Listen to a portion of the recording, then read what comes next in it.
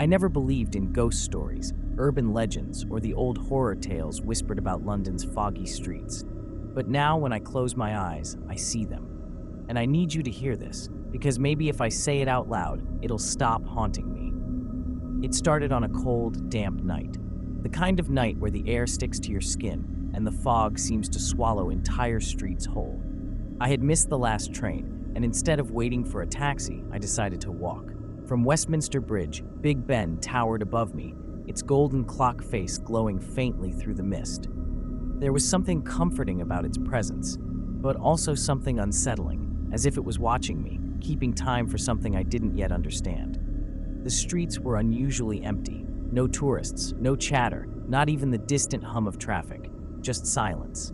My footsteps echoed against wet cobblestones, sharp and lonely. Then I heard it, the faint scuff of shoes behind me. At first, I didn't turn around. London is never truly empty, I told myself. Someone else must have been walking the same way. But the sound didn't fade. It grew louder, heavier, until it matched my pace.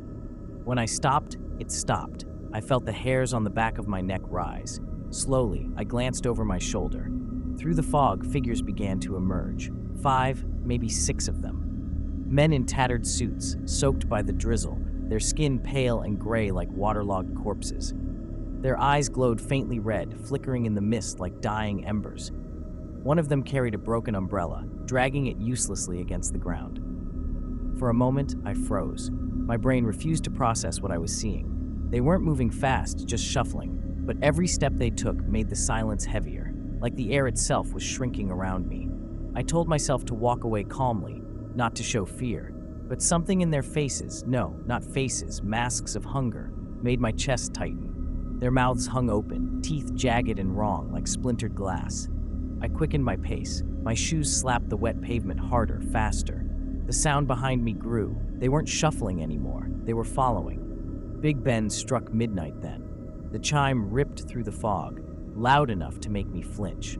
And with every toll of the bell, the figures seemed to draw closer. By the time the 12th chime echoed into silence, I swear I could hear them breathing. The smell hit me next. Rot. Damp earth mixed with blood and something sickly sweet like spoiled meat. It clung to the fog, wrapping around me until I wanted to gag.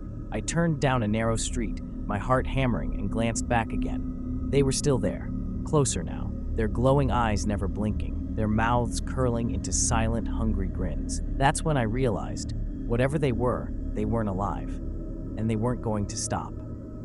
I tried to convince myself I was imagining it. Sleep deprivation, a trick of the fog, maybe a group of drunks in Halloween makeup. But deep down, I already knew the truth. No human could look like that. No human could move like that. I cut through alleyways, turned corners, crossed deserted streets. Every time, I expected them to vanish into the mist. But they didn't. They were always there, following, silent, patient. At one point, I ducked beneath an old gas lamp that flickered weakly against the fog. For a moment, the light illuminated their faces.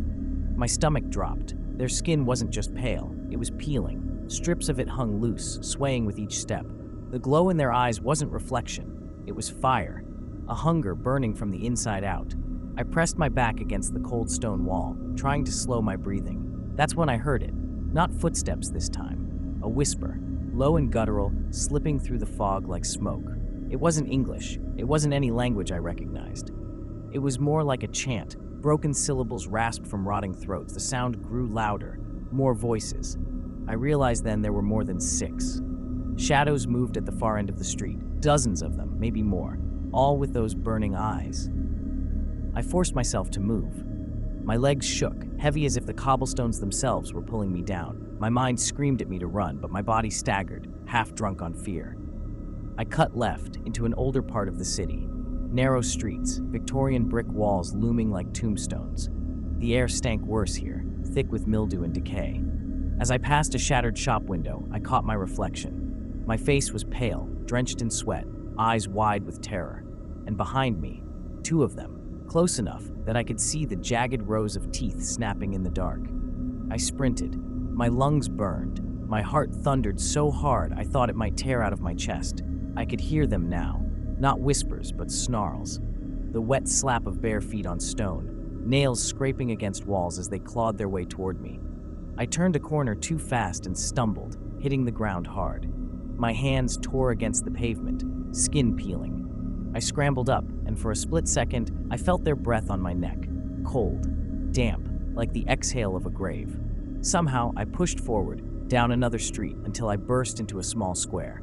The fog parted just enough to reveal what I prayed for, light. A pub still open, warm glow spilling from its windows, laughter inside, human voices. I nearly wept. I staggered toward it, my hand reaching for the door. Salvation. But when I looked through the glass, everything froze. The pub was full, yes. Dozens of people, raising their glasses, laughing, moving as if nothing was wrong. But every head turned at once. Every single one of them. And in the dim glow of the lamps, their eyes burned the same fiery red. For a moment, I couldn't breathe. My hand froze against the pub's wooden door, trembling as every face inside stared back at me. Their smiles didn't fade, their laughter didn't stop. It just shifted, twisting into something grotesque. And then I saw it, their teeth.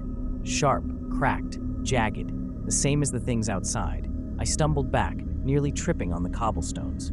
The warmth I thought I had found wasn't salvation. It was a trap. The pub was full of them. The entire city, maybe the entire country, was theirs. The heavy silence shattered when the door creaked open.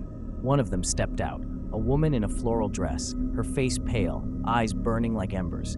She tilted her head, smiling at me with lips split and raw. "Stay," she whispered, though her mouth barely moved. The voice didn't come from her throat. It pressed directly into my mind, scraping against my skull like claws on glass. I ran.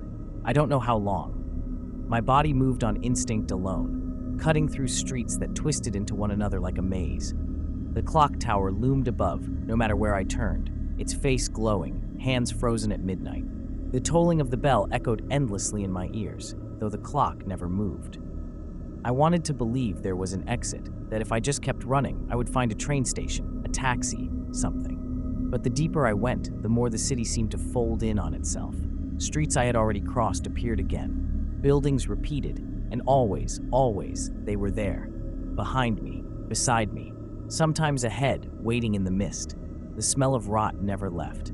It clung to me, seeped into my lungs until I couldn't tell if it was theirs or mine. Finally, my legs gave out. I collapsed against a wall, my vision swimming, chest heaving in shallow gasps. I pressed my palms to my ears to block out the whispers, but they slipped through, curling around my thoughts like smoke. You are ours. You walked into our grave. Now you belong here. When I looked up, the fog parted. They were surrounding me. Dozens, maybe hundreds, all dressed as if time had stopped decades ago. Suits, coats, dresses, all rotting, all crawling with damp earth and decay. Their glowing eyes burned through the mist, and for the first time I understood. This wasn't just London.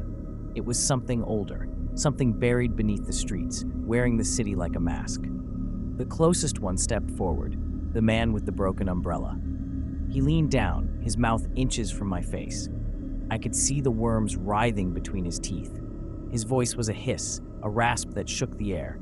"Breathe, and you will become one of us." I wanted to scream, but the fog poured into my mouth, thick and wet, choking me. My lungs filled with it, heavy and cold. My body convulsed, the world dimmed. And in that final flicker of consciousness, I saw my reflection in a broken window. My eyes glowed red, my mouth twisted into a grin I couldn't control. Now I walk these streets with them, waiting for the next soul foolish enough to wander alone at midnight. Because once you see us, you can never leave.